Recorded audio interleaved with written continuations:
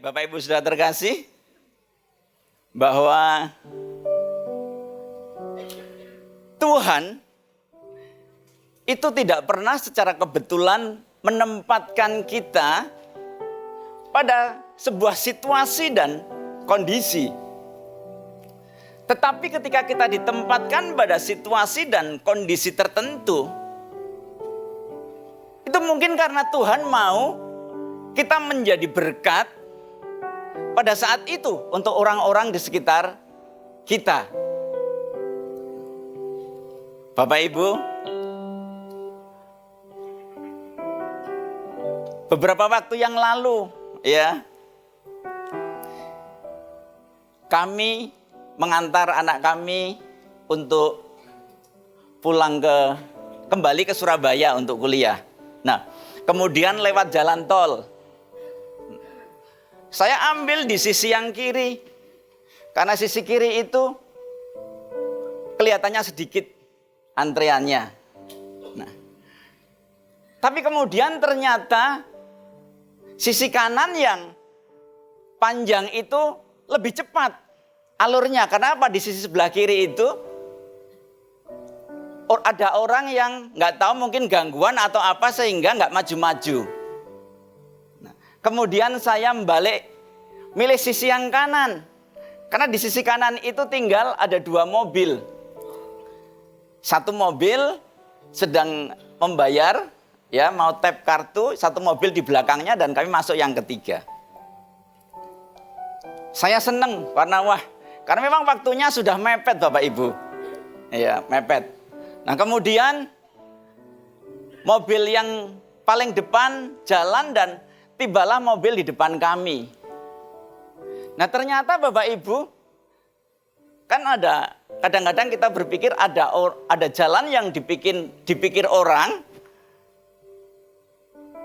itu lurus tapi ujungnya menuju maut.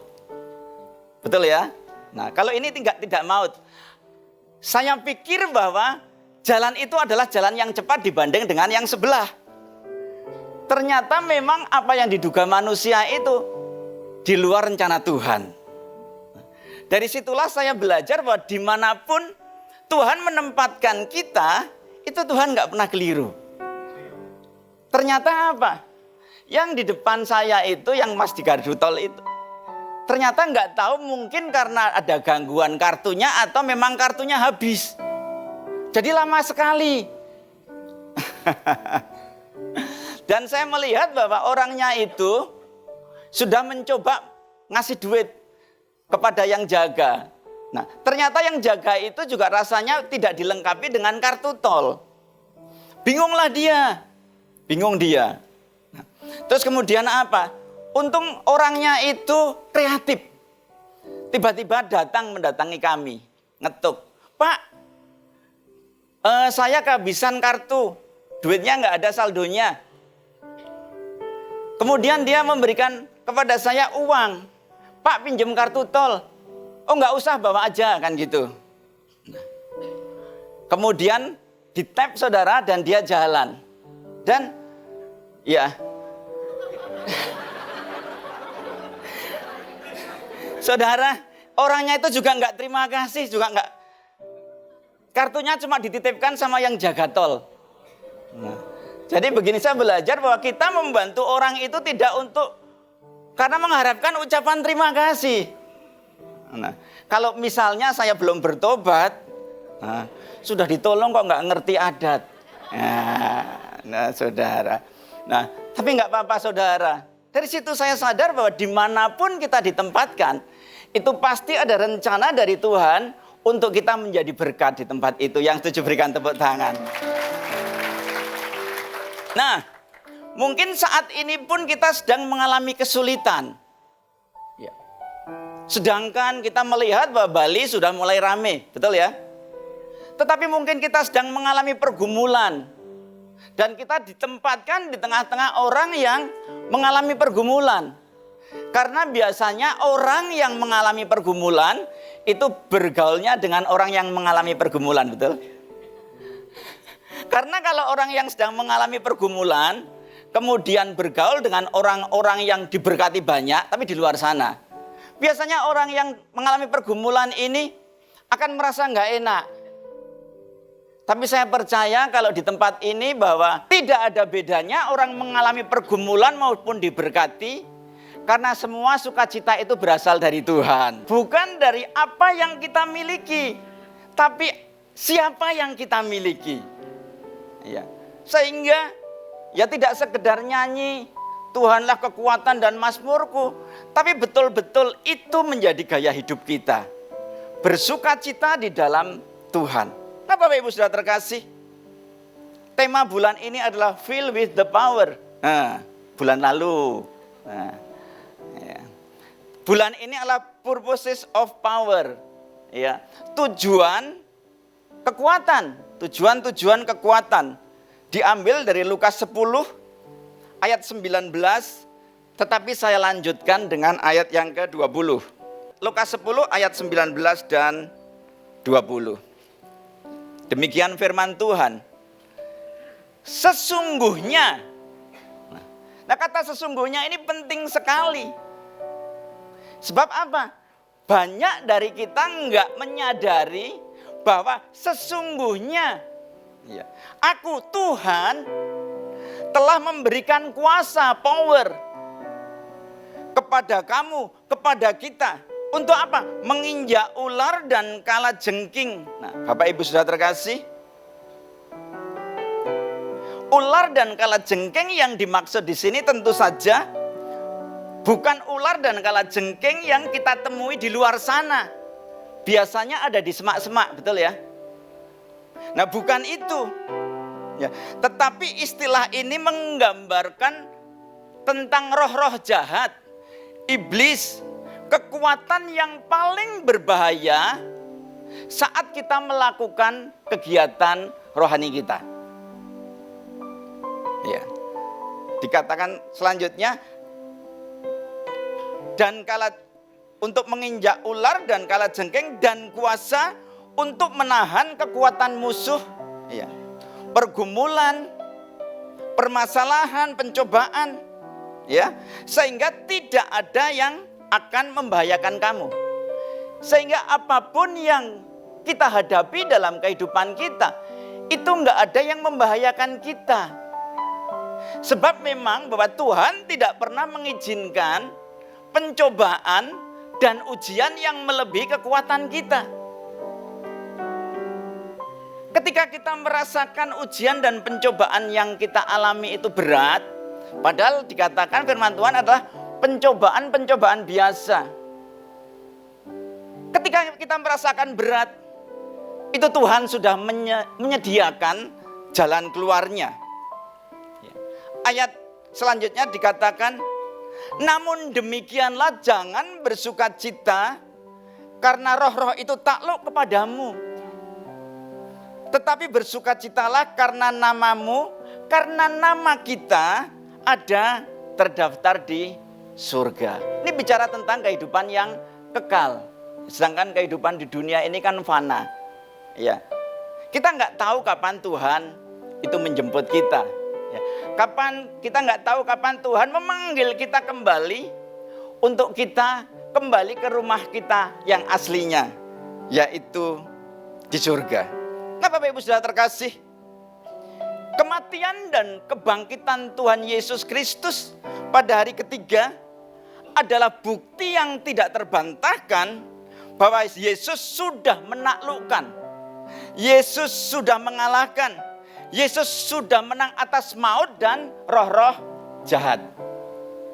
Dan Yesus, sesuai dengan yang baru saja kita baca, telah mengaruniakan kuasanya, kuasa untuk menaklukkan roh-roh jahat kepada kita, kepada setiap orang yang percaya kepadanya, yang mengerti lambaikan tangan.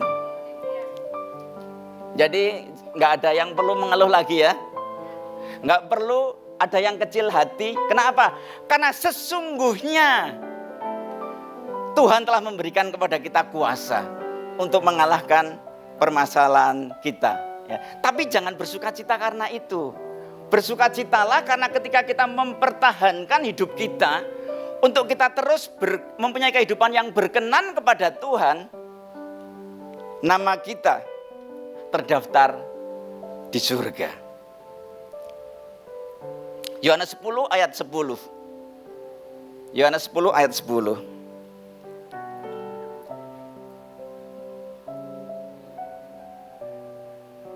Pencuri, ya, iblis datang hanya untuk mencuri dan membunuh dan membinasakan. Aku, Yesus datang supaya mereka, saudara dan saya, supaya kita mempunyai hidup dan mempunyainya dalam segala kelimpahan. Bapak Ibu Saudara terkasih, mengapa masih ada orang yang hidup di dalam kekalahan?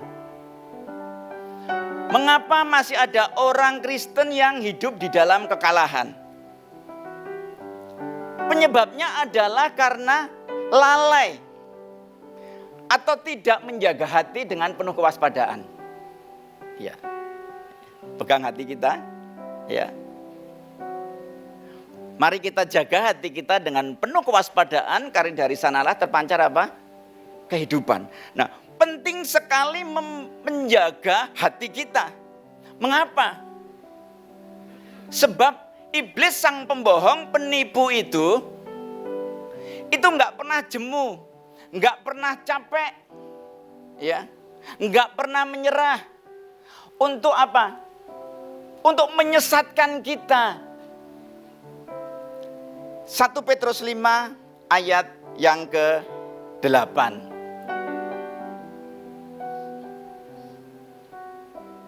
Ya, ayat ke-8 sampai 10:8 dulu. Sadarlah dan berjaga-jagalah, ya. Terus sadar dan terus berjaga, jangan lalai, jangan meremehkan. Mengapa? Si iblis, ya, pembohong, penipu itu berjalan berkeliling sama seperti singa yang mengaum-aum dan mencari orang yang dapat ditelannya. Saudara dan saya, kita sudah diberi kuasa. Sesungguhnya kita nggak bisa ditelan. Tetapi iblis nggak pernah capek. Makanya saya mengajak untuk kita nggak pernah capek untuk memuji Tuhan, untuk mengucap syukur. Apapun keadaan kita. Iya. Jadi iblis ini gigih. Kita jangan kalah sama iblis, kita juga harus gigih. Iya. Mengapa? Sebab iblis ini berkeliling mencari orang yang dapat ditelannya. Siapa yang dapat ditelannya? Ya orang yang tidak menjaga hati tadi.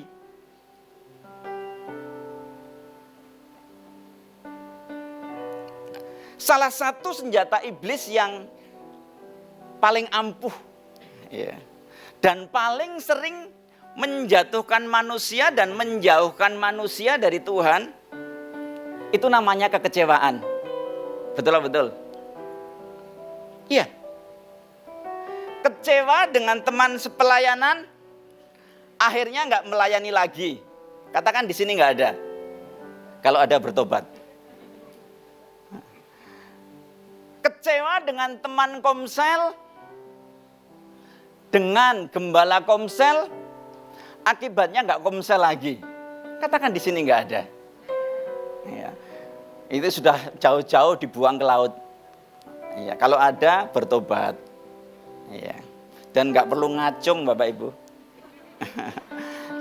Karena ngacung itu tidak menyelesaikan masalah. Yang menyelesaikan masalah adalah bertobat. Ya, jadi selama kita masih hidup, kalau kita merasakan ada kekeliruan yang kita lakukan adalah bertobat, ya. Kecewa dengan pasangan hidup. Ini banyak. Ada yang, maksud bukan banyak, kecewanya itu jenis-jenis kecewanya banyak, kalau di sini nggak ada. Ya. Kecewa dengan pasangan hidup, akibatnya apa? Berselingkuh. Katakan di sini nggak ada. Nah, nggak cukup di sana. Lama-lama bisa terjadi perceraian. Iya. Dan itu tentu saja mendukakan Tuhan. Dan mendukakan orang-orang di sekitar kita. Kita mesti ingat, kalau saya menikah dengan istri saya, itu tidak hanya bicara dengan istri saya, tetapi ada keluarga besar yang di belakangnya, betul? Kita harus ingatlah, bagaimana ketika kita itu masih PDKT, iya, kesenggol tangan aja hatinya ser. Betul. Iya, karena saya dulu merasakan seperti itu. Setelah lama, itu nggak kerasa apa-apa. Yang ketawa paling keras itu merasakan ya. Hati-hati, tahukah itu salah satu senjata iblis. Dan kita sudah diberi kuasa apa? Untuk mengalahkan. Makanya terus pacaran sekalipun kita sudah menikah. Tapi ingat loh, pacaran dengan pasangan hidup kita, bukan dengan tetangga kita, Bapak Ibu. Hati-hati dengan yang namanya kekecewaan ini. Orang nggak sadar ketika kita kecewa, kita sedang digiring iblis untuk menjadi seperti dia. Nah kalau kita, kan ada beberapa kali saya membaca ada orang tua itu membunuh anaknya.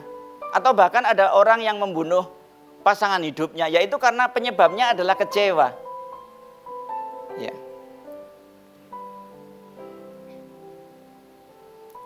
Saudara, selama kita masih hidup,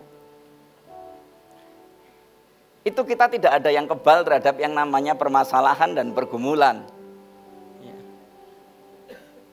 Karena memang pekerjaan iblis itu seperti itu. Tapi mari kita cek, jangan-jangan itu bukan iblis tapi keinginan daging kita.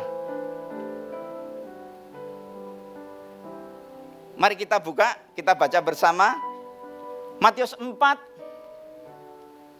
ayat 2 sampai 11. Jadi Yesus aja dicobain. Pencobaan itu Yesus terima ketika ada di padang gurun. Nah saya nggak tahu apa yang menjadi padang gurun Bapak Ibu Saudara terkasih. Di padang gurun itulah iblis menawarkan seakan-akan itu adalah jalan keluar. Padahal itu bukan jalan keluar. Itu jalan menuju kesesatan. Nah saya dulu hidupnya tersesat. Tapi puji Tuhan karena saya kenal dengan seseorang. Akhirnya saya itu dulu hidupnya tersesat. Kemudian menurut teman saya juga tersesat. Tetapi tersesat ke jalan yang benar. Nah, ya. Jadi waktu saya itu mulai bertobat, teman-teman, wah Anton itu tersesat. Tapi puji Tuhan saya tersesatnya adalah tersesat ke jalan yang benar. Ya. Dan setelah berpuasa, Matius 4 ayat 2. Setelah itu. Dan setelah berpuasa 40 hari dan 40 malam, akhirnya laparlah Yesus. Bapak Ibu kalau puasa, apa yang terjadi? Lapar. Iya. Saya membaca meme yang lucu sekali. Ya. Bahwa tumben saya selama akhir-akhir ini rindu mendengarkan suara titik-titik-titik. Ternyata suara titik-titik itu adalah pengingat bahwa saatnya berbuka puasa. Nah, mengapa? Ya karena sudah merasa lapar. Jadi ketika Yesus merasa lapar, lalu datanglah si pencoba itu dan berkata kepadanya, datang iblis, jika engkau anak Allah, perintahkanlah supaya batu-batu ini menjadi roti. Bisa enggak Bapak Ibu, Tuhan Yesus memerintah batu-batu itu menjadi roti? Bisa banget. Tetapi Yesus enggak mau melakukannya. Ya. Yesus berkata demikian, tapi Yesus menjawab, ada tertulis manusia hidup bukan dari roti saja, tetapi dari setiap firman yang keluar dari mulut Allah. Jadi firman Tuhan ini adalah makanan. Saya pernah bertemu dengan orang bahwa dia tidak akan makan kalau belum pernah membaca firman. Kalau belum membaca firman, jadi baca firman dulu, baru dia makan. Ada orang yang seperti itu. Ya. Ternyata ngambilnya dari sini Bapak Ibu ya. Jadi hal pertama yang Yesus hadapi adalah apa? Diperhadapkan dengan keinginan daging. Nah, saya tidak tahu apa yang menjadi pergumulan Bapak Ibu Saudara terkasih. Keinginan daging itu adalah hal-hal yang tujuannya adalah untuk memuaskan daging kita. Nah, itu sering ditawarkan oleh iblis ketika kita ada di padang gurun. Ayat selanjutnya dikatakan demikian. Iblis gagal untuk mencoba Yesus tentang keinginan daging. Kemudian iblis membawanya ke kota suci dan menempatkan dia di bubungan bait Allah. Lalu berkata kepadanya, jika engkau anak Allah, padahal memang dia adalah anak Allah, jatuhkanlah dirimu ke bawah sebab ada tertulis mengenai engkau, ia akan memerintahkan malaikat-malaikatnya dan mereka akan menatang engkau di atas tangannya, supaya kakimu jangan terantuk kepada batu. Yesus berkata kepadanya, ada pula tertulis, janganlah engkau mencobai Tuhan Allahmu. Bapak Ibu Saudara terkasih, jangan kita mencobai Tuhan Allah kita. Tuhan memang ada di pihak kita.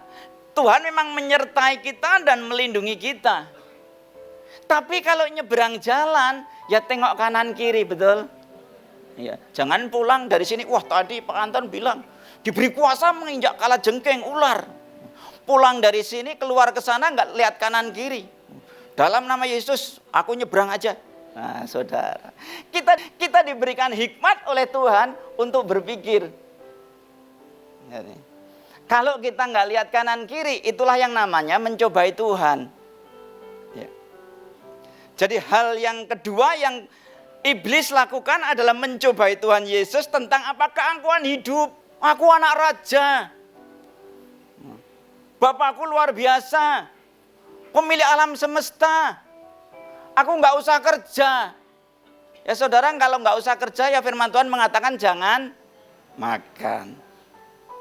Ayat selanjutnya. Nah, iblis kan gagal. Dan iblis membawanya pula ke atas gunung yang tinggi dan memperlihatkan kepadanya semua kerajaan dunia dengan kemegahannya. Dan berkata kepadanya, semua itu akan kuberikan kepadamu jika engkau sujud menyembah aku. Iya. Maka berkatalah Yesus kepadanya, enyalah iblis, sebab ada tertulis engkau harus menyembah Tuhan Allahmu dan hanya kepada Dia sajalah engkau berbakti. Beberapa waktu yang lalu kita melihat ada beberapa orang yang flexing ke sana ke sini, duitnya banyak, betul ya? Tapi sekarang berakhir di dalam prodeo. Ya, foto duitnya banyak. Nah, kalau ada orang yang nggak kuat, aku pingin seperti dia. Jadi jangan tertipu dengan tipuan mata Bapak Ibu. Kalau kita lihat medsos, Facebook, Instagram, semua orang itu senyum semua, senang semua. Nggak ada orang yang ingin memposting itu yang susah-susah. Pasti yang senang-senang, yang sempurna-sempurna. Kalau ada 10 foto, saya mau tanya jujur ya, yang diposting paling bagus atau paling jelek? Yang paling bagus angkat tangannya. Wih, hebat di sini nggak ada. Ya pasti, sehingga orang yang melihat, wow keren banget. Padahal hidupnya dalam pergumulan, men. Ya. Itu tipuan mata. Kemudian, wah gimana ya punya enak. Wah mau ikut-ikutan, aku nggak punya duit. Cari yang nggak pakai modal. Datang ke Gunung Kawi. Itu sesat. Katakan di sini nggak ada. Semuanya datang kepada Tuhan. Yang setuju berikan tepuk tangan. Jadi mari Bapak Ibu Saudara terkasih, kita harus tahu bahwa Tuhan memberikan kuasa kepada kita, itu ada tujuannya. Yaitu untuk hidup kita mempermuliakan Dia. Bukan membuat kita menjadi enak Bapak Ibu. Enak itu efek samping, bonus. Tetapi yang paling utama adalah untuk mempermuliakan Dia. Sebab hidup kita ini bukan tentang kita, tetapi tentang Yesus yang berkarya dalam kehidupan kita. Mari terus menjadi saksi Kristus. Di Yerusalem, Yudea, Samaria, bahkan sampai ke ujung bumi. Jadi saksi Kristus, mulai dari orang terdekat kita, dari keluarga kita, tetangga kita, pada komunitas yang lebih besar, bahkan sampai ke ujung bumi. Tuhan Yesus memberkati.